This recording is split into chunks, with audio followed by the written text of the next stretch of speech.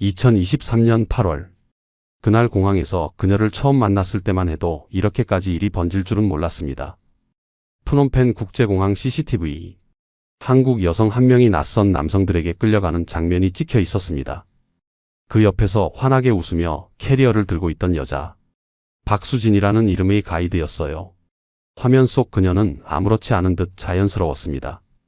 마치 평범한 공항 픽업처럼 보였죠. 하지만 그 순간은 한 사람의 인생이 지옥으로 떨어지는 시작이었습니다.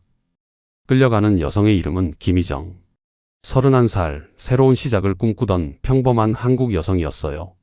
그리고 박수진은 500만 원을 받고 그녀를 조직에 넘긴 사람이었습니다. 봉인된 사건 노트 그날의 기록을 함께 열어봅니다. 구독과 좋아요, 알림 설정은 무료입니다. 구독과 좋아요, 그리고 알림 설정으로 또 하나의 진실을 함께 밝혀주세요. 2023년 8월 10일 김희정은 인천공항 출국장에 서 있었습니다. 31살의 김희정은 평범한 회사원이었어요. 한국에서 5년 넘게 무역회사에 다녔지만 코로나 이후 회사 사정이 어려워지면서 퇴사를 했습니다. 재취업 준비를 하던 중 해외 취업 공고를 보게 됐어요. 일본계 기업의 캄보디아 지사에서 간단한 통역 업무를 맡는 자리였죠. 급여는 한 달에 300만 원 정도였고 숙식이 제공된다는 조건이었습니다. 김희정에게는 나쁘지 않은 기회처럼 보였어요. 면접도 화상으로 간단히 진행됐고 합격 통보도 빠르게 왔습니다. 출국 전 계약서도 받았어요. 회사 직인이 찍힌 정식 서류였다고 믿었죠. 김희정은 가족들에게도 해외 취업이 결정됐다고 자랑스럽게 말했습니다. 부모님은 걱정하셨지만 딸의 새 출발을 응원해 주셨어요. 동생은 언니 잘 다녀오라며 공항까지 배웅을 나왔습니다. 김희정은 설렘과 긴장이 반반이었어요. 새로운 나라, 새로운 일, 새로운 시작. 모든 게 기대됐습니다. 비행기는 정시에 출발했고 약 5시간 뒤 프놈펜 국제공항에 도착했어요. 8월 14일 4시 55분. 김희정이 도착 게이트를 나섰을 때 한 여자가 이름표를 들고 서 있었습니다. 김희정이라고 크게 적힌 종이였어요. 박수진이라고 자신을 소개한 그 여자는 환하게 웃으며 다가왔습니다. 교민 행사에서 본 적 있는 얼굴이라며 반갑게 인사를 건넸죠. 김희정은 낯선 나라에서 아는 얼굴을 보니 안심이 됐어요. 박수진은 친절하게 캐리어를 들어주며 차로 안내했습니다. 그때만 해도 김희정은 아무것도 몰랐어요. 박수진이 500만 원을 받고 자신을 조직에 팔아넘기려 한다는 걸. 차에 오르면서 김희정은 이것저것 물어봤습니다. 캄보디아 생활은 어떤지, 날씨는 어떤지, 물가는 괜찮은지. 박수진은 친절하게 대답해줬어요. 너무나 자연스러웠습니다. 김희정은 박수진을 완전히 믿었어요. 같은 한국 사람이고 교민 행사에도 나오는 사람이니 믿을만하다고 생각했죠. 출발하고 1시간쯤 지났을 때 김희정이 회사 위치를 물었습니다. 프놈펜이 아니라 시아누크빌이라는 말에 살짝 놀랐어요. 계약서에는 프놈펜 지사라고 적혀 있었거든요. 하지만 박수진은 지사가 항구 쪽에 있다고 설명했습니다. 김희정은 그렇구나 싶어 고개를 끄덕였어요. 의심할 이유가 없었으니까요. 해가 지기 시작하면서 도로는 점점 한적해졌습니다. 시아누크빌 시내를 지나 외곽으로 접어들자 건물도 뜸해졌어요. 김희정은 창밖을 보며 조금씩 불안한 기색을 보이기 시작했습니다. 주변이 너무 황량했어요. 여기가 맞냐고, 회사가 이렇게 외진 곳에 있냐고 물었죠. 박수진은 확인해 보겠다며 핸드폰을 꺼냈습니다.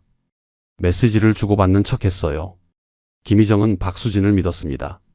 저녁 7시 50분쯤 내비게이션이 목적지 도착을 알렸어요. 하지만 그곳엔 회사 건물 같은 게 보이지 않았습니다. 낡은 3층짜리 건물 하나와 컨테이너 몇 개가 놓여 있을 뿐이었어요. 주변엔 가로등도 제대로 없어서 어두컴컴했죠. 김희정은 차에서 내리고 싶지 않았습니다. 여기가 아닌 것 같다고 다시 확인해 달라고 말했어요. 불안했어요. 뭔가 잘못된 것 같다는 느낌이 들었습니다. 하지만 그때 건물 입구에서 남자 2명이 걸어 나왔어요. 현지인으로 보이는 그들은 무표정한 얼굴로 차 쪽으로 다가왔습니다. 한 명은 손에 담배를 들고 있었고 다른 한 명은 무언가를 주머니에 넣으며 걸어왔어요. 김희정의 심장이 빠르게 뛰기 시작했습니다. 뭔가 이상했어요. 박수진을 봤습니다. 하지만 박수진은 아무 말도 하지 않았어요. 그저 앞을 바라보고 있을 뿐이었습니다. 한 명이 창문을 두드렸습니다. 박수진은 창문을 조금 내렸어요. 남자는 한국어로 물었습니다. 김희정 맞냐고. 발음은 어눌했지만 분명한 한국어였어요. 김희정은 박수진의 팔을 붙잡았습니다. 가지 않겠다고, 여기가 이상하다고 말했죠. 김희정은 서울에서 태어나 평범하게 자랐습니다. 대학을 졸업하고 무역회사에 취직했어요. 성실하게 일했고 동료들과의 관계도 원만했죠. 하지만 2021년 코로나가 장기화되면서 회사 사정이 어려워졌습니다. 구조조정이 시작됐고 김희정도 퇴사 대상에 포함됐어요. 2022년 봄, 김희정은 회사를 그만뒀습니다. 재취업 시장은 녹록지 않았어요. 30을 넘긴 나이에 경력직도 신입도 아닌 애매한 위치였죠. 면접을 봐도 번번이 떨어졌습니다. 1년 가까이 구직 활동을 하다 지쳐갈 무렵이었어요. 2023년 7월 중순 해외 취업 공고를 보게 됐습니다. 일본계 기업의 캄보디아 지사에서 통역 업무를 맡을 사람을 찾고 있었어요. 일본어 능력이 필요했는데 김희정은 대학 시절 부전공으로 일본어를 배웠습니다. 회화는 조금 서툴렀지만 기본적인 통역은 가능한 수준이었어요. 급여는 한 달에 300만 원, 숙식 제공, 왕복 항공권 지원. 김희정에게는 솔깃한 조건이었습니다. 공고에는 이메일 주소가 적혀 있었어요. 김희정은 이력서를 보냈습니다. 이틀 뒤 답장이 왔어요. 서류 전형 합격이라며 화상 면접 일정을 잡자고 했습니다. 7월 20일 화상 면접이 진행됐어요. 상대방은 일본인으로 보이는 중년 남성이었습니다. 간단한 일본어 회화 테스트와 업무 설명이 있었죠. 면접은 30분 정도 진행됐고 분위기도 나쁘지 않았어요. 이틀 뒤 합격 통보를 받았습니다. 계약서가 이메일로 왔어요. 회사명, 주소, 직인이 모두 찍혀있는 정식 서류였습니다. 김희정은 꼼꼼히 읽어봤어요. 계약 기간은 석 달, 연장 가능. 업무는 일본어 통역 및 간단한 문서 번역. 근무지는 프놈펜 지사. 특별히 이상한 점은 보이지 않았습니다. 김희정은 계약서에 서명해서 보냈어요. 일주일 뒤 항공권이 발권됐습니다. 8월 14일 출국 일정이었어요. 가족들에게 해외 취업이 결정됐다고 말했습니다. 어머니는 걱정하셨어요. 캄보디아는 치안이 어떤지, 혼자 가서 괜찮을지 물으셨죠. 김희정은 괜찮다고, 회사에서 다 알아서 해준다고 안심시켰습니다. 아버지는 조심하라는 말씀만 하셨어요. 동생은 언니 파이팅이라며 응원해줬습니다. 8월 10일 회사에서 연락이 왔어요. 공항에 도착하면 현지 가이드가 픽업해줄 거라고 했습니다. 가이드 이름은 박수진. 교민 출신이라 한국말이 편하게 통할 거라고 했죠. 김희정은 안심했어요. 낯선 나라에서 한국 사람이 마중 나온다니 다행이라고 생각했습니다. 8월 14일 인천공항. 가족들이 배웅을 나왔어요. 어머니는 눈시울이 붉어졌고 동생은 사진을 찍자고 했습니다. 김희정은 환하게 웃으며 포즈를 취했어요. 새로운 시작이 기대됐습니다. 비행기에 올랐어요. 창가 자리에 앉아 이륙하는 모습을 지켜봤습니다. 서울이 점점 멀어졌어요. 김희정은 핸드폰으로 가족들에게 메시지를 보냈습니다. 잘 도착하면 연락하겠다고. 약 5시간의 비행 끝에 프놈펜 국제공항에 도착했어요. 입국 심사를 마치고 도착 게이트를 나섰습니다. 4시 55분. 많은 사람들이 마중 나와 있었어요. 김희정은 자신의 이름이 적힌 팻말을 찾았습니다. 저 멀리 한 여자가 김희정이라고 적힌 종이를 들고 서 있었어요. 김희정은 반가운 마음에 손을 흔들며 다가갔습니다. 박수진이라고 소개한 그 여자는 환하게 웃었어요. 교민 행사에서 본 적 있는 얼굴 같다며 반갑게 인사를 건넸습니다. 김희정은 교민 행사에 가본 적이 없었지만 그냥 웃으며 넘어갔어요. 낯선 곳에서 친근한 분위기가 고마웠습니다. 박수진은 캐리어를 들어주며 차로 안내했어요. 너무 친절했습니다. 김희정은 박수진을 완전히 믿었어요. 차에 오르면서 이것저것 물어봤습니다. 캄보디아는 어떤 나라인지, 생활은 어떤지, 회사 분위기는 괜찮은지. 박수진은 친절하게 대답해줬어요. 괜찮은 곳이라고, 금방 적응할 거라고 말했습니다. 김희정은 안심했어요. 1시간쯤 지났을 때 김희정이 물었습니다. 회사까지는 얼마나 걸리냐고.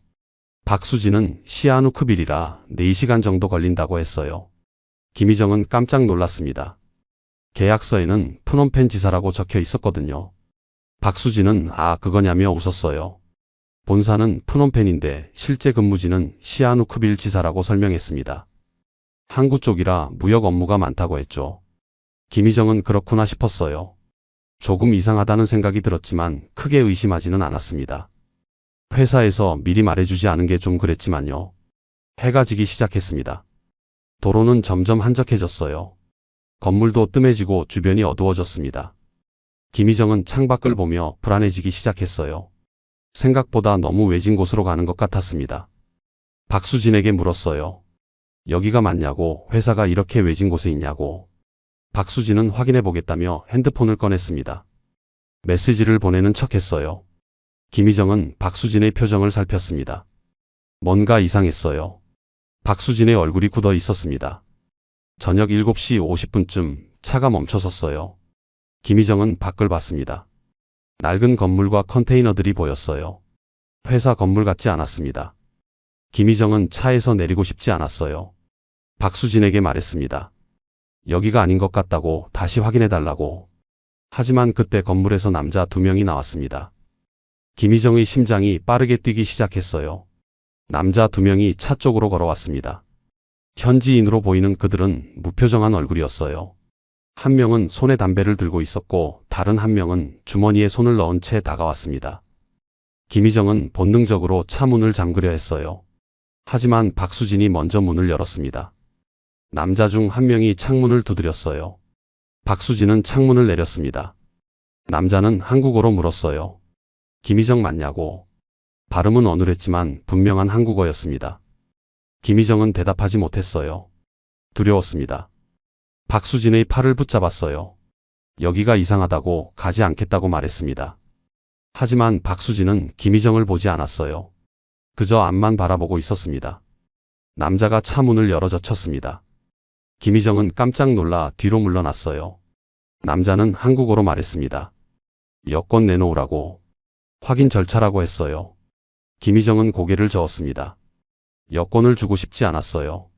하지만 남자는 강하게 손을 뻗었습니다. 가방을 잡아당겼어요. 김희정은 저항했지만 힘으로는 당할 수 없었습니다. 가방에서 여권이 빠져나갔어요. 남자는 여권을 확인하더니 주머니에 넣었습니다. 김희정은 소리쳤어요. 돌려달라고. 여권 없으면 어떻게 하냐고 말했습니다. 하지만 남자는 대답하지 않았어요. 다른 남자가 김희정의 팔을 잡았습니다. 내리라고 했어요. 김희정은 박수진을 봤습니다. 도와달라고. 이게 뭐냐고 물었어요. 박수진은 여전히 앞만 보고 있었습니다. 입술을 깨물고 있었어요. 김희정은 그때 알았습니다. 박수진이 알고 있었다는 걸. 처음부터 알고 자신을 이곳에 데려온 거였어요. 배신감이 밀려왔습니다. 김희정은 소리쳤어요. 박수진 씨, 이게 뭐예요? 도와주세요. 하지만 박수진은 고개를 돌렸습니다. 남자가 김희정을 강하게 끌어당겼어요. 김희정은 저항했습니다. 발버둥 쳤어요. 하지만 남자의 힘은 너무 셌습니다. 차에서 끌려 내려왔어요. 김희정은 계속 소리쳤습니다. 살려달라고, 도와달라고 외쳤어요.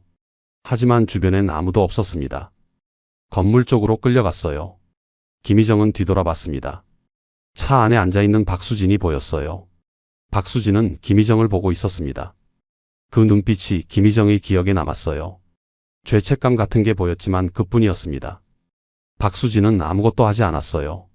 김희정은 건물 안으로 끌려 들어갔습니다. 철문이 닫혔어요. 쿵 하는 소리가 귓가에 울렸습니다. 안은 어두웠어요.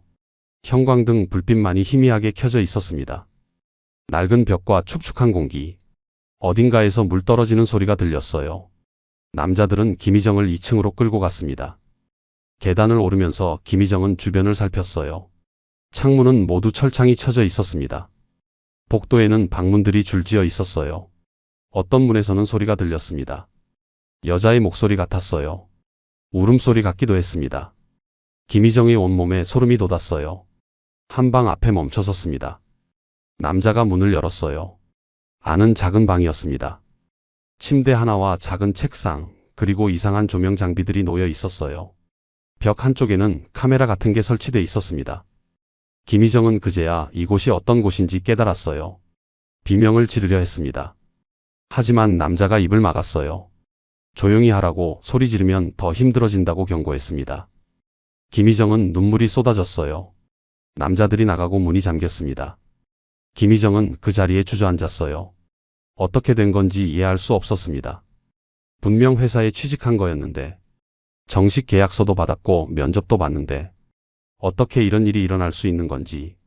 김희정은 핸드폰을 꺼냈습니다. 하지만 신호가 잡히지 않았어요.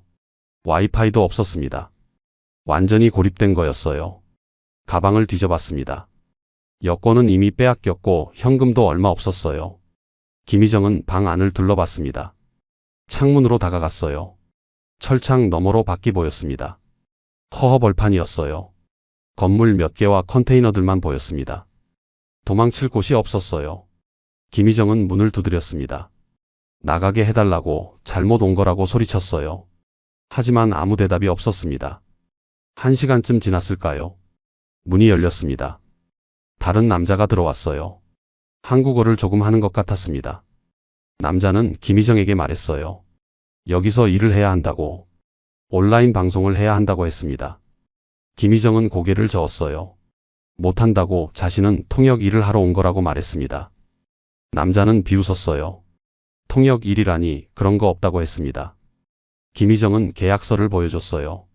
여기 적혀 있다고, 회사랑 계약했다고 말했습니다. 남자는 계약서를 빼앗아 찢어버렸어요. 그딴 거 소용없다고, 여긴 그런 곳이 아니라고 했습니다. 김희정은 울음을 터뜨렸어요. 남자는 그런 김희정을 보며 말했습니다. 울어봤자 소용없다고. 여권도 없고 연락도 안 되는데 어떻게 하겠냐고. 순순히 일하면 밥도 주고 잘 대해준다고 했어요. 김희정은 소리쳤습니다. 싫다고, 절대 못한다고 말했어요. 남자는 한숨을 쉬며 나갔습니다. 문이 다시 잠겼어요. 김희정은 바닥에 주저앉아 울었습니다. 가족들이 떠올랐어요. 공항에서 웃으며 배웅하던 어머니, 언니 잘 다녀오라던 동생, 잘 도착하면 연락하겠다고 했는데 이제 연락할 방법도 없었습니다. 김희정은 박수진을 떠올렸어요. 환하게 웃으며 반갑게 맞아주던 그 얼굴, 친절하게 이것저것 설명해주던 모습, 모두 거짓이었습니다. 박수진은 처음부터 알고 있었어요. 자신을 이곳에 팔아넘기려고 공항에 나온 거였습니다. 500만 원. 나중에 알게 된 금액이었어요. 박수진이 자신을 팔아넘긴 대가였습니다. 김희정은 이를 악물었어요. 첫날 밤은 지옥 같았습니다. 김희정은 한숨도 자지 못했어요. 방 안은 춥고 습했습니다. 얇은 담요 하나만 덮여 있었어요. 복도에서는 계속 소음이 들렸습니다. 발소리, 문 여닫는 소리, 누군가 우는 소리. 김희정은 귀를 막았지만 소리는 계속 들렸어요. 새벽이 되자 조금 조용해졌습니다. 김희정은 창문으로 다가가 밖을 봤어요. 동이 트고 있었습니다. 희미한 햇빛이 철창 사이로 들어왔어요. 하지만 희망은 보이지 않았습니다. 아침 7시쯤 문이 열렸어요. 여자 한 명이 들어왔습니다. 동남아 사람으로 보이는 중년 여성이었어요. 손에 쟁반을 들고 있었습니다. 빵 한 조각과 물 한 컵이 전부였어요. 여자는 쟁반을 놓고 나갔습니다. 한마디도 하지 않았어요. 김희정은 빵을 보며 울었습니다. 배는 고팠지만 먹고 싶지 않았어요. 하지만 굶으면 더 힘들 거라는 생각이 들었습니다. 김희정은 빵을 조금 먹었어요. 물을 마시며 생각했습니다. 어떻게든 여기서 나가야 한다고. 오전 10시쯤 남자가 다시 들어왔어요. 어제 봤던 그 남자였습니다. 한국어를 조금 하는 사람이었죠. 남자는 김희정에게 말했어요. 오늘부터 일을 시작해야 한다고. 방송 장비 사용법을 알려줄 거라고 했습니다. 김희정은 고개를 저었어요. 못한다고, 절대 안 한다고 말했습니다. 남자는 한숨을 쉬었어요. 그럼 밥도 없다고 여기서 계속 굶을 거냐고 물었습니다. 김희정은 대답하지 않았어요. 남자는 나가며 말했습니다. 생각 좀 해보라고. 이틀째 되는 날도 똑같았습니다. 아침 빵 한 조각과 물 한 컵. 점심도 저녁도 없었어요. 김희정은 배가 고팠습니다. 하지만 굴복하고 싶지 않았어요. 저녁 무렵 복도에서 소란이 들렸습니다. 누군가 소리를 지르는 것 같았어요. 한국어였습니다. 김희정은 귀를 기울였어요. 나가게 해달라는 목소리였습니다. 그리고 문 닫히는 소리. 조용해졌어요. 김희정은 무서웠습니다. 자신만 이곳에 갇힌 게 아니라는 걸 알았어요. 다른 사람들도 있었습니다. 같은 처지의 여자들이. 사흘째 김희정은 극도로 지쳐 있었습니다. 제대로 먹지 못해 힘이 없었어요. 화장실도 방 안에 딸린 작은 공간뿐이었습니다. 씻을 물도 충분하지 않았어요. 오후 2시쯤 다른 남자가 들어왔습니다. 이번엔 한국 사람이었어요. 또렷한 한국어를 쓰는 남자였습니다. 남자는 의자에 앉으며 말했어요. 이제 그만 고집부리라고. 여기서 버티면 뭐가 달라지냐고 물었습니다. 김희정은 남자를 노려봤어요. 남자는 웃으며 말을 이었습니다. 여권도 없고 돈도 없는데 어떻게 나갈 거냐고. 경찰에 신고해도 소용없다고 했어요. 이 지역은 우리가 다 관리한다고 말했습니다. 김희정은 떨리는 목소리로 물었어요. 왜 이러느냐고. 자신은 통역 1하러 온 거라고 말했습니다. 남자는 비웃었어요. 통역 1이라니 그걸 믿었냐고 했습니다. 처음부터 다 짜인 거였다고. 계약서도 가짜, 면접도 가짜였다고 말했어요. 김희정은 충격을 받았습니다. 그럼 회사는 없다는 거냐고 물었어요. 남자는 고개를 끄덕였습니다. 처음부터 그런 회사는 없었다고. 너 같은 애들 데려오려고 만든 미끼였다고 했어요. 김희정은 무너졌습니다. 모든 게 거짓이었어요. 남자는 계속 말했습니다. 너만 이런 게 아니라고. 여기 애들 다 똑같다고 했어요. 해외 취업, 통역 1, 관광 가이드. 다 그런 식으로 속아서 온 거라고 말했습니다. 김희정은 울음을 참았어요. 남자는 담배를 꺼내 물었습니다. 순순히 일하면 나중에 나갈 수도 있다고. 돈 벌어서 빚 갚으면 보내준다고 했어요. 김희정은 고개를 들었습니다. 정말이냐고 물었어요. 남자는 웃으며 말했습니다. 물론이라고. 우리도 평생 붙잡고 있을 생각은 없다고 했어요. 하지만 김희정은 믿을 수 없었습니다. 거짓말일 게 분명했어요. 남자는 담배 연기를 내뿜으며 일어났습니다.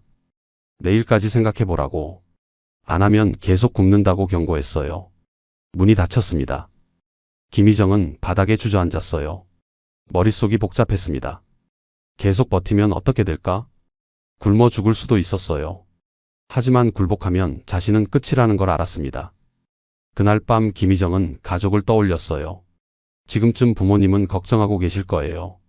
출국한 지 사흘이 지났는데 연락이 없으니까요. 동생도 언니한테 전화했을 거예요. 하지만 받을 수 없었습니다. 김희정은 창문으로 다가갔어요. 밤하늘에 별이 보였습니다. 한국에서 보던 그 별들이었어요. 김희정은 별을 보며 기도했습니다. 제발 누군가 자신을 찾아달라고. 나흘째 아침 빵이 오지 않았어요. 김희정은 배가 고팠습니다. 물도 떨어졌어요. 화장실 수도꼭지에서 물을 받아 마셨습니다. 점심때도 아무도 오지 않았어요. 김희정은 침대에 누워 있었습니다. 힘이 없었어요. 저녁 무렵 남자가 들어왔습니다. 어제 그 한국 남자였어요. 남자는 김희정을 보며 말했습니다. 생각 다 했냐고.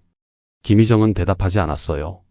남자는 쪼그리고 앉아 김희정의 얼굴을 들여다봤습니다. 이렇게 버티면 죽는다고. 여기서 죽으면 아무도 모른다고 말했어요. 가족들도 평생 너 어디 갔는지 모를 거라고 했습니다. 김희정은 눈물이 흘렀어요.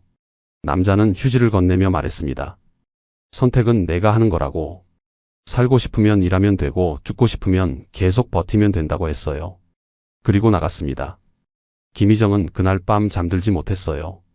계속 고민했습니다. 어떻게 해야 할지. 닷새째 아침 김희정은 거의 정신을 잃을 것 같았습니다.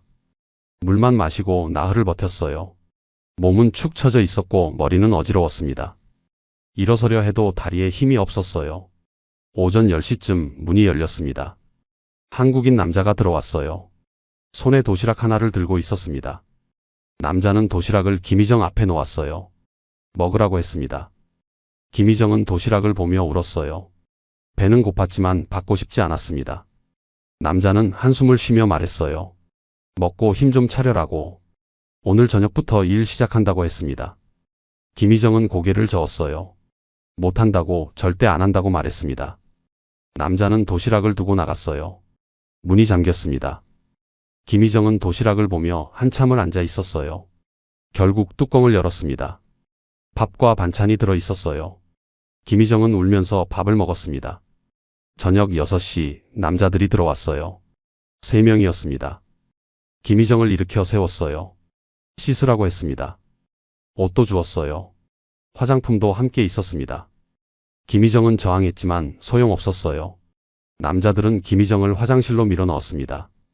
샤워하고 옷 갈아입으라고 했어요. 안 하면 강제로 시킨다고 경고했습니다. 김희정은 울면서 샤워를 했어요. 주어진 옷으로 갈아입었습니다. 노출이 심한 옷이었어요. 김희정은 몸을 가리고 싶었지만 다른 옷은 없었습니다.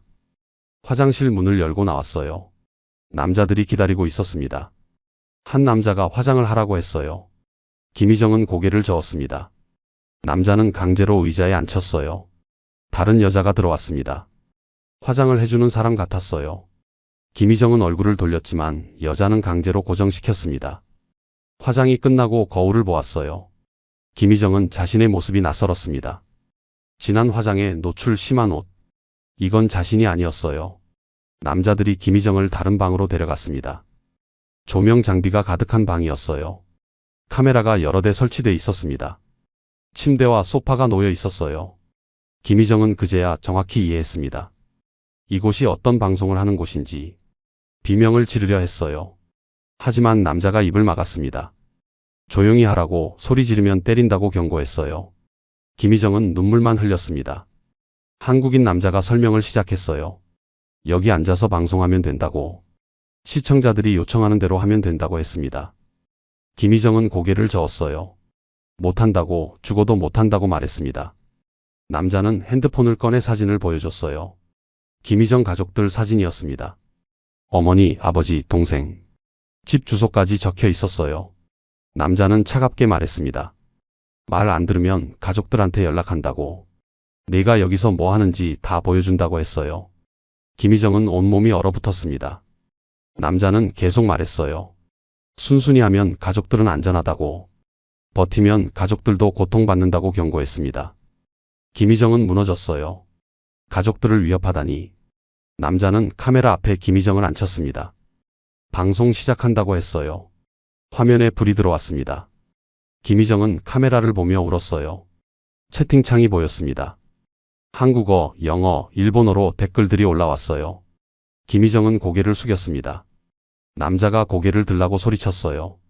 김희정은 고개를 들었습니다. 눈물이 계속 흘렀어요. 첫 방송은 30분 정도 진행됐습니다. 김희정은 그저 앉아 있을 뿐이었어요. 울기만 했습니다. 남자들은 화가 났어요. 제대로 안 한다고 소리쳤습니다. 방송이 끝나고 김희정은 방으로 돌아왔어요. 남자는 경고했습니다.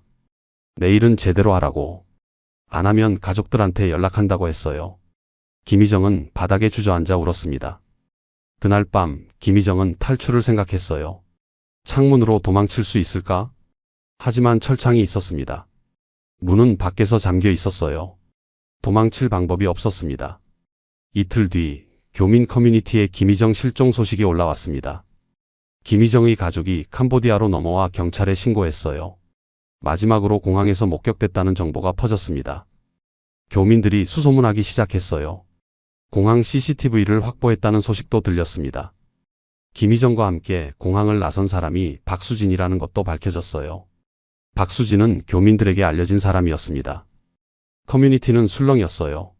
박수진이 김희정을 어디로 데려갔느냐는 질문들이 쏟아졌습니다. 하지만 박수진은 모른다고 발뺌했어요. 시아누크빌까지 데려다 줬을 뿐이라고 말했습니다. 교민들은 믿지 않았습니다. 9월 초 온라인에서 수상한 방송이 포착됐어요. 한국 여성이 강제로 방송하는 것 같다는 제보였습니다. 누군가 화면을 캡처해서 교민 커뮤니티에 올렸어요. 흐릿한 사진이었지만 김희정으로 보이는 여성이 있었습니다. 배경도 함께 찍혀 있었어요. 낡은 벽과 철창 달린 창문. 교민들이 위치를 추적하기 시작했습니다. 건물 구조와 배경을 분석했어요. 시아누크빌 외곽 지역으로 좁혀졌습니다. 김희정의 가족은 경찰에 이 정보를 전달했어요. 경찰이 수사를 시작했습니다. 하지만 쉽지 않았어요. 해당 지역은 불법 조직들이 많이 활동하는 곳이었습니다. 경찰도 함부로 들어갈 수 없는 곳이었죠. 김희정은 이 사실을 몰랐습니다. 방 안에 갇혀 있었으니까요. 매일 강제로 방송을 했어요. 거부하면 밥을 주지 않았습니다. 가족들을 위협했어요. 김희정은 무너져 갔습니다. 하지만 완전히 포기하지는 않았어요. 언젠가 누군가 자신을 찾아줄 거라고 믿었습니다. 방송 중에 몇 번 신호를 보냈어요. 눈빛으로, 손동작으로. 도와달라는 메시지를 보냈습니다. 하지만 남자들이 알아챘어요. 때렸습니다. 다시는 그러지 말라고 경고했어요. 김희정은 참았습니다. 다른 방법을 찾아야 했어요. 어느 날 방송 중에 배경이 조금 보이게 했습니다. 창문 쪽으로 고개를 돌렸어요. 철창과 밖 풍경이 잠깐 화면에 잡혔습니다. 남자들은 눈치채지 못했어요. 김희정은 이 작은 단서가 누군가에게 닿기를 바랐습니다. 2023년 9월 10일 경찰이 본격적인 수사에 나섰습니다. 김희정 가족은 매일 경찰서를 찾아갔어요. 어머니는 눈물로 호소했습니다. 딸을 찾아달라고, 제발 살려달라고 말했어요. 경찰은 박수진을 소환했습니다. 박수진은 시아누크빌까지 데려다 줬을 뿐이라고 진술했어요. 그 이후는 모른다고 발뺌했습니다. 하지만 교민들이 제공한 증거가 쌓여갔어요. 박수진의 통장 거래 내역이 확보됐습니다. 8월 10일 200만 원, 8월 16일 300만 원 입금. 총 500만 원이었어요. 단순한 가이드 비용치고는 너무 큰 금액이었습니다. 경찰은 박수진을 압박했어요. 이 돈이 무엇이냐고, 누구에게서 받았냐고 물었습니다. 박수진은 가이드 비용이라고 주장했어요. 하지만 설득력이 없었습니다.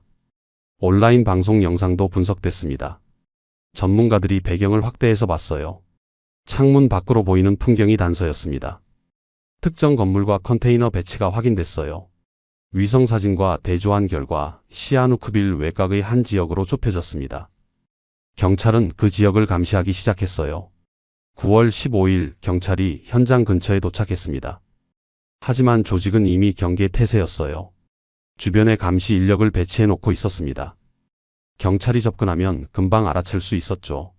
섣불리 진입했다가는 인질들이 위험해질 수 있었어요. 경찰은 신중하게 작전을 계획했습니다. 그 사이 김희정은 매일 지옥 같은 시간을 보내고 있었어요. 강제로 방송을 해야 했습니다. 거부하면 구타당했어요. 밥도 제대로 주지 않았습니다. 김희정의 몸은 점점 야위어 갔어요. 정신도 무너져 갔습니다. 하루는 같은 처지의 여자를 만났어요. 화장실 가는 길에 복도에서 마주쳤습니다. 베트남 여자였어요. 영어로 몇 마디 나눴습니다. 여기 얼마나 있었냐고 물었어요. 여자는 6개월이라고 대답했습니다. 김희정은 충격을 받았어요. 6개월이나 갇혀 있었다니. 나갈 수 있냐고 물었습니다. 여자는 고개를 저었어요. 나간 사람 본 적 없다고 말했습니다. 김희정은 절망했어요. 9월 20일 교민 커뮤니티에 새로운 증거가 올라왔습니다. 누군가 해당 건물을 직접 찾아갔던 거예요. 사진을 찍어왔습니다. 낡은 3층 건물과 주변 컨테이너들. 온라인 방송 배경과 정확히 일치했어요. 교민은 경찰에 이 정보를 전달했습니다. 경찰은 확신을 얻었어요. 바로 그곳이었습니다. 작전 일자를 9월 25일로 잡았어요. 새벽에 진입하기로 했습니다. 조직이 방심하는 시간대였죠. 김희정의 가족은 매일 기도했습니다. 딸이 무사하기를, 살아서 만나기를 바랐어요. 9월 24일 밤 김희정은 이상한 분위기를 느꼈습니다. 남자들이 분주하게 움직였어요. 짐을 싸는 것 같았습니다. 복도가 소란스러웠어요. 김희정은 문틈으로 밖을 엿봤습니다. 남자들이 서류를 태우고 있었어요. 컴퓨터도 옮기고 있었습니다. 뭔가 일이 벌어지고 있었어요. 김희정은 희망을 가졌습니다. 혹시 경찰이 오는 걸까? 혹시 구조되는 걸까 하는 기대였어요. 하지만 동시에 두려웠습니다. 조직이 눈치챘다면 자신들을 어떻게 할까? 그날 밤 잠을 잘 수 없었어요. 새벽 3시쯤 문이 열렸습니다. 남자들이 들어왔어요. 김희정을 일으켰습니다. 이동한다고 했어요. 김희정은 저항했지만 소용없었습니다. 강제로 끌려 나왔어요. 복도에는 다른 여자들도 있었습니다. 5명 정도 됐어요. 모두 겁에 질린 표정이었습니다. 계단을 내려가 밖으로 나왔어요. 트럭이 대기하고 있었습니다. 여자들을 트럭에 태웠어요. 김희정은 주변을 둘러봤습니다. 어둠 속에서 건물들이 보였어요. 도망칠 틈을 찾았지만 남자들이 감시하고 있었습니다. 트럭이 출발했어요. 어디로 가는지 알 수 없었습니다. 김희정은 다른 여자들을 봤어요. 모두 울고 있었습니다. 1시간쯤 달렸을까요? 트럭이 멈춰섰습니다. 다른 건물 앞이었어요. 더 외진 곳 같았습니다. 여자들을 내렸어요. 새 건물 안으로 들어갔습니다. 여기도 비슷한 구조였어요. 좁은 방들이 줄지어 있었습니다. 김희정은 다시 방에 갇혔어요. 그날 새벽 5시 경찰이 원래 건물에 진입했습니다. 특수부대와 함께였어요. 문을 부수고 들어갔습니다. 하지만 건물은 텅 비어 있었어요. 몇 명의 남자들만 남아 있었습니다. 인질들은 이미 이동한 뒤였어요. 경찰은 현장을 수색했습니다. 증거들을 확보했어요. 방송 장비, 컴퓨터, 서류들. 하지만 김희정을 포함한 여자들은 없었습니다. 경찰은 남아있던 남자들을 체포했어요. 신문이 시작됐습니다. 여자들을 어디로 옮겼냐고 물었어요. 남자들은 입을 다물었습니다.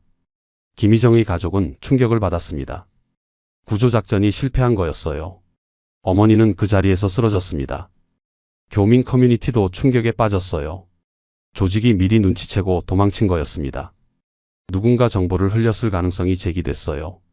경찰 내부의 문제일 수도 있었습니다. 아니면 교민 중 누군가가 조직과 연결돼 있을 수도 있었어요. 박수진도 의심받았습니다. 경찰은 박수진을 다시 소환했어요. 조직과 연락한 적 있냐고 물었습니다. 박수진은 부인했어요. 하지만 의심은 계속됐습니다. 김희정은 새 건물에서 절망에 빠져 있었어요.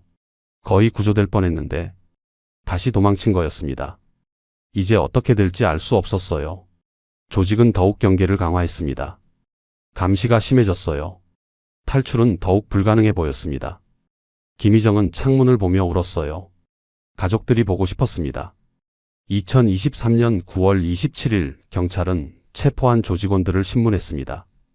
압박이 계속됐어요. 이틀 동안 쉬지 않고 조사가 진행됐습니다. 결국 한 명이 입을 열었어요. 하급 조직원이었습니다. 여자들을 다른 곳으로 옮겼다고 진술했어요. 정확한 위치는 모르지만 방향은 안다고 했습니다.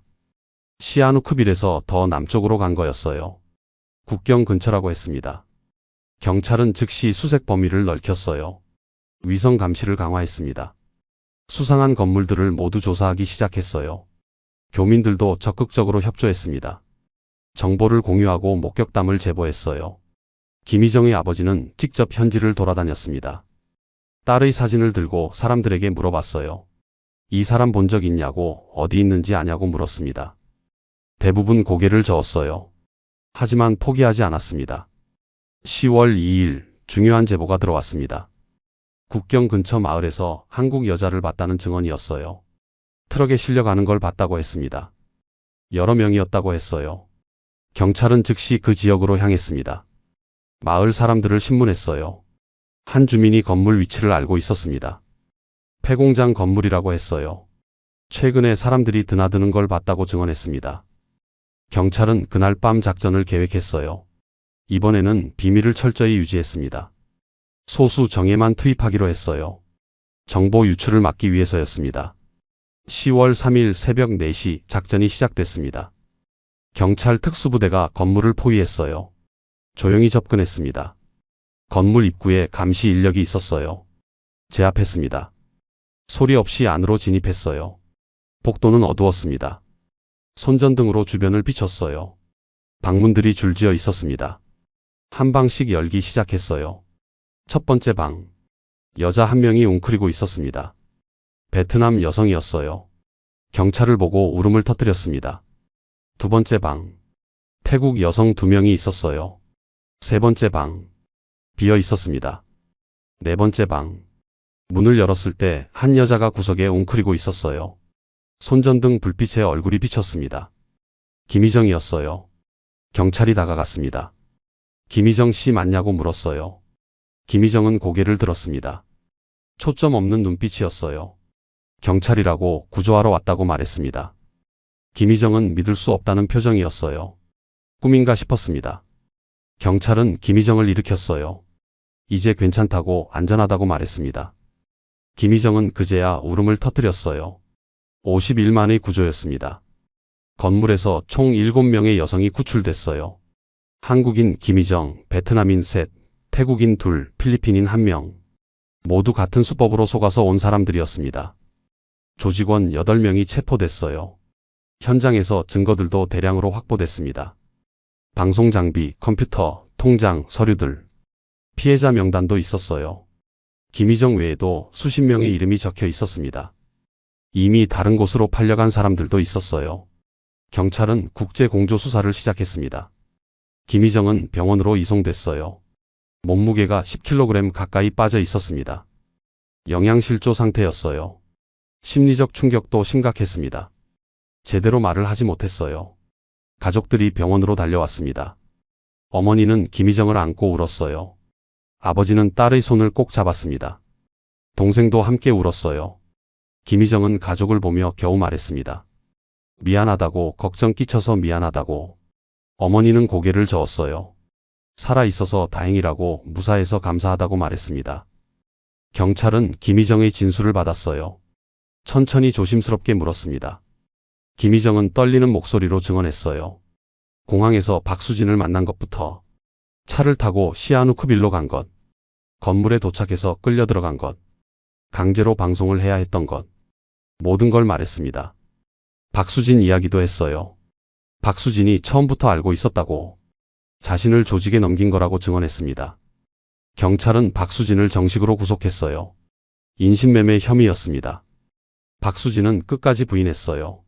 몰랐다고, 단순히 가이드 일을 한 것뿐이라고 주장했습니다. 하지만 증거는 명백했어요. 500만 원의 입금 내역, 조직과 주고받은 메시지 기록, 모두 복구됐습니다. 박수진이 알고도 김희정을 넘긴 게 확실했어요. 재판이 시작됐습니다. 김희정은 법정에 증인으로 나섰어요. 박수진과 마주했습니다. 박수진은 고개를 숙이고 있었어요. 김희정을 보지 못했습니다. 김희정은 떨리는 목소리로 증언했어요. 박수진이 자신을 어떻게 속였는지, 친절한 척하며 신뢰를 준 것, 그리고 조직에 넘긴 것, 모든 걸 말했습니다. 방청석에는 김희정의 가족과 교민들이 있었어요. 모두 분노한 표정이었습니다. 박수진의 변호인은 정상 참작을 호소했어요. 박수진도 경제적으로 어려웠다고, 악의는 없었다고 주장했습니다. 하지만 재판부는 엄중하게 판단했어요. 박수진은 징역 12년을 선고받았습니다. 인신매매죄로 중형이 내려진 거였어요. 박수진은 그 자리에서 무너졌습니다. 조직 관련자들도 모두 중형을 받았어요. 주범들은 15년에서 20년, 하급 조직원들도 5년 이상의 형을 받았습니다. 하지만 조직의 배후는 밝혀지지 않았어요. 더 큰 조직이 있을 거라는 의심이 있었습니다. 수사는 계속됐습니다. 김희정은 한국으로 돌아왔어요. 2023년 10월 중순이었습니다. 공항에는 많은 기자들이 나와 있었어요. 김희정은 취재를 거부했습니다. 조용히 가족과 함께 집으로 향했어요. 회복에는 긴 시간이 필요했습니다. 심리치료를 받기 시작했어요. 악몽에 시달렸습니다. 밤마다 그곳에 갇힌 꿈을 꿨어요. 가족들이 곁을 지켜줬습니다. 천천히 일상으로 돌아가려 노력했어요. 2024년 봄, 김희정은 여전히 회복 중이었습니다. 심리치료는 계속되고 있었어요. 트라우마는 쉽게 사라지지 않았습니다. 낯선 사람을 보면 여전히 움찔했어요. 혼자 밖에 나가는 것도 두려웠습니다. 가족들이 항상 곁에 있어줬어요. 어머니는 김희정 곁을 떠나지 않았습니다. 밤에 악몽을 꿀 때마다 손을 잡아줬어요. 괜찮다고, 이제 안전하다고 말해줬습니다. 동생은 언니와 함께 산책을 나갔어요. 조금씩 일상을 되찾아가려 노력했습니다. 김희정은 집 근처 작은 카페에 가기 시작했어요. 처음엔 10분도 못 있었습니다. 사람들 시선이 신경 쓰였어요.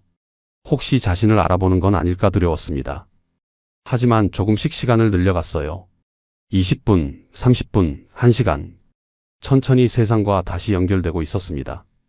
4월 어느 날 김희정은 같은 피해자였던 베트남 여성에게서 연락을 받았어요.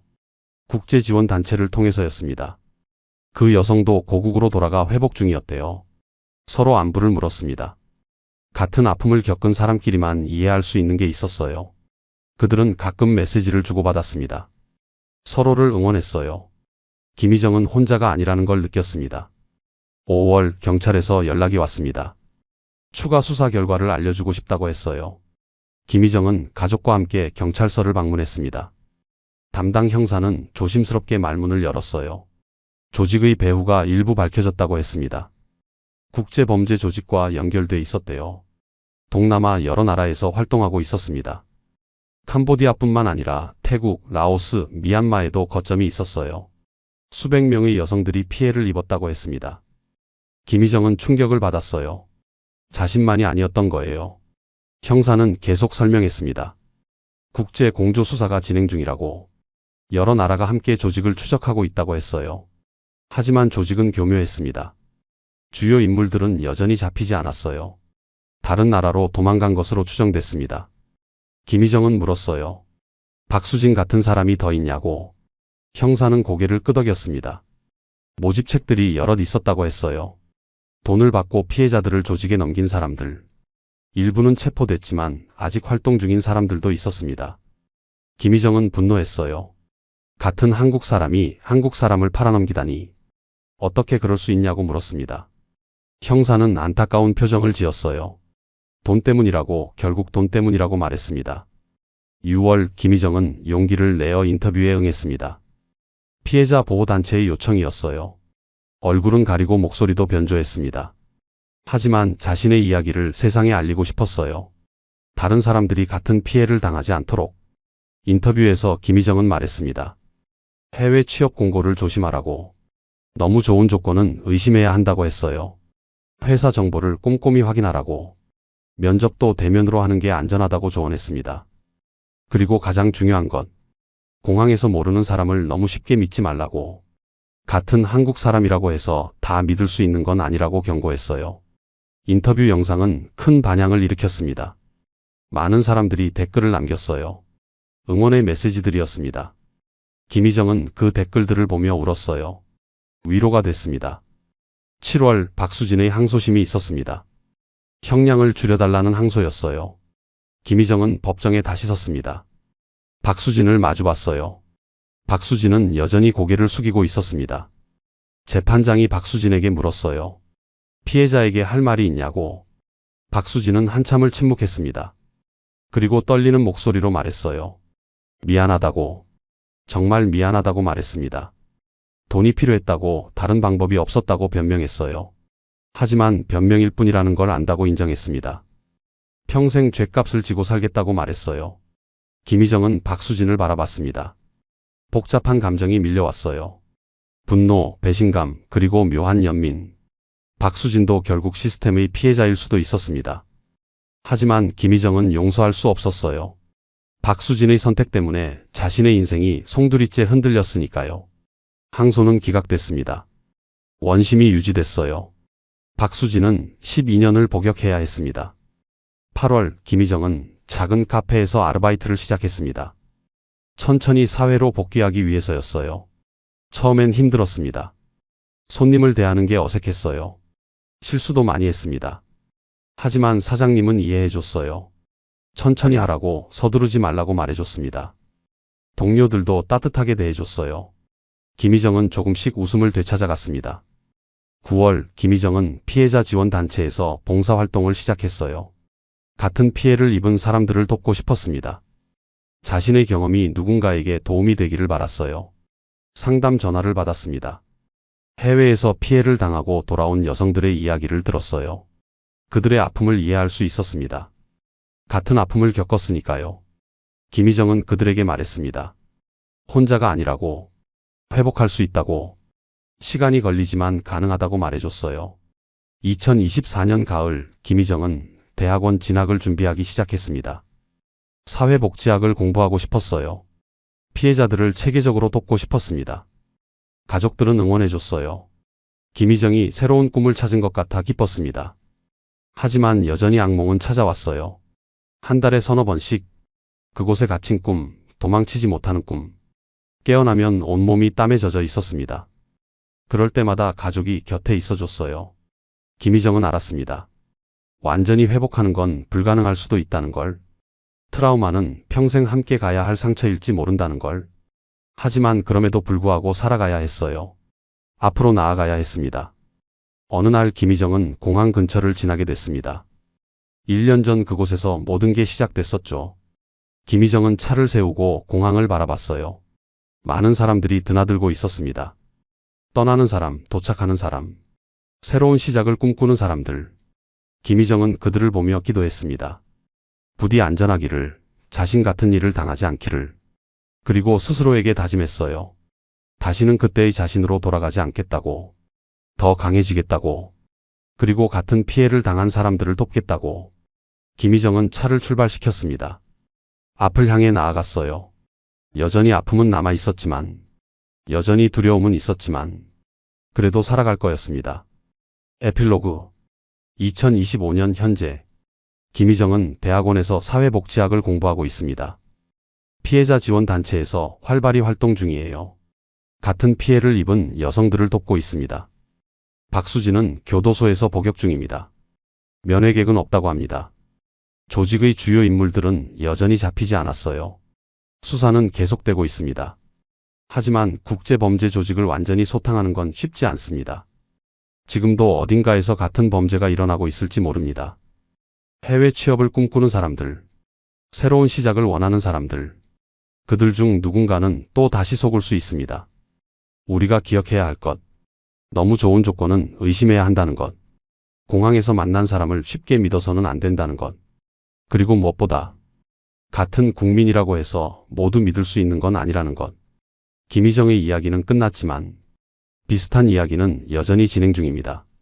지금 이 순간에도 오늘의 사건, 당신은 어떻게 보셨습니까? 진실은 늘 가까이에 있지만 언제나 그 끝은 안개 속에 있습니다. 잊힌 기록 속에서 당신은 어떤 진실을 보셨나요? 오늘의 사건 노트, 마음에 남으셨나요? 봉인된 사건 노트는 멈추지 않습니다. 구독과 좋아요로 다음 이야기를 함께 열어주세요. 구독과 좋아요 꼭 눌러주세요. 잊혀진 이름들, 사라진 진실, 그날의 흔적, 사건 노트로 찾아뵙겠습니다. 지금까지 봉인된 사건 노트였습니다.